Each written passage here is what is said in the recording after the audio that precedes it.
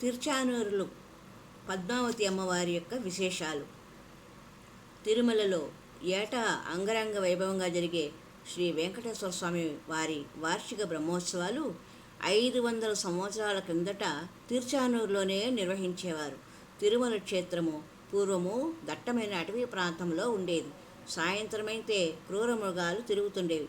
శ్రీవారికి నిత్య పూజలు చేసేందుకు అర్చకులు రోజు తిరుపతి నుంచి కాలినడకన తిరుమల చేరుకునేవారు. స్వామివారికి పూజల అనంతరం వెలుతురు ఉండగానే కాలినడకన తిరిగి తిరుపతికి వచ్చేవారు. భక్తుల తాకిడి నామమాత్రంగా ఉండటంతో అర్చకులు తిరుమలలో ఉండటం కష్టంగా ఉండేది. అప్పట్లోనూ ఏటా బ్రహ్మోత్సవాలను అర్చకులు సంప్రదాయబద్ధంగా నిర్వహించేవారు. 9 రోజుల పాటు జరిగే బ్రహ్మోత్సవాలకు శ్రీవారి ఆలయంలో ధ్వజారోహణం నిర్వహించేవారు. మిగిలిన వాహన సేవలను తిరుచానూరు శ్రీ పద్మావతి అమ్మవారి ఆలయం చెంత కొనసాగించేవారు అని తిరుమల తిరుపతి దేవస్థానం శాసనాల ద్వారా తెలిసేది.